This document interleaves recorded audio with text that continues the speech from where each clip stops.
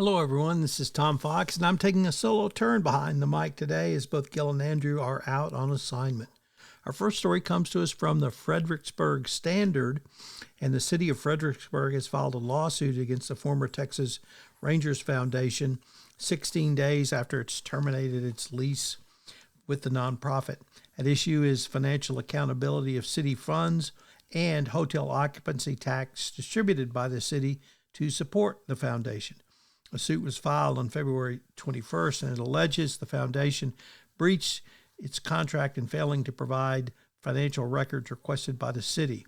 The lawsuit also requested the court to compel the nonprofit to turn over the financial records necessary to conduct the independent audit, to pay legal fees and court costs.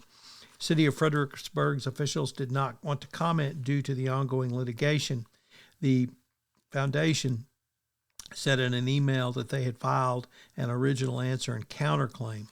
The lawsuit, or the turnover order filed by the city with the court, asked the Ranger Foundation to produce the requested records and summaries and details of expenses from February 7, 2021 to December 5, 2024. In the countersuit, the foundation stated the city wrongfully terminated its 99-year lease. Well, how about that?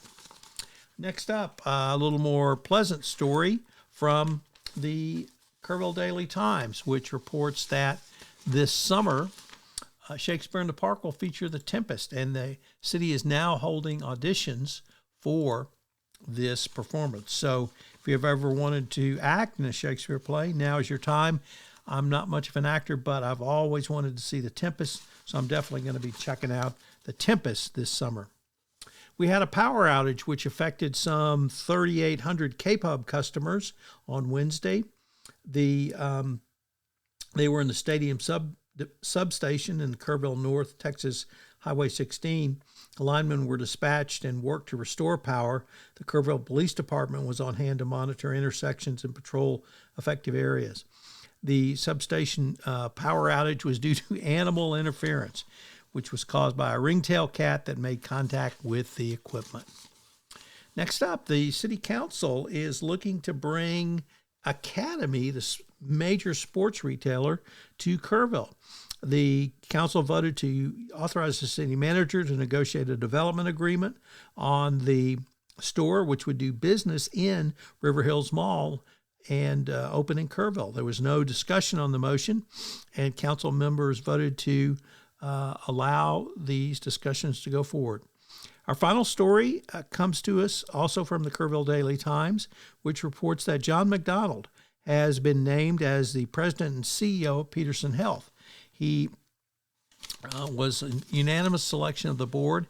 He comes to Kerrville, he's a native Texan, and he is well received in the healthcare industry. So it's a beautiful weekend. I hope you will get outside and have a great time with your family. Be safe, and we will look forward to visiting with you next week on the Kerrville Weekly News. This is Tom Fox. I hope you enjoyed this edition of the Kerrville Weekly News Roundup. This podcast is a production of the Texas Hill Country Podcast Network. If you've enjoyed this podcast, I hope you will subscribe, rate, and review this podcast wherever great podcasts are listened to.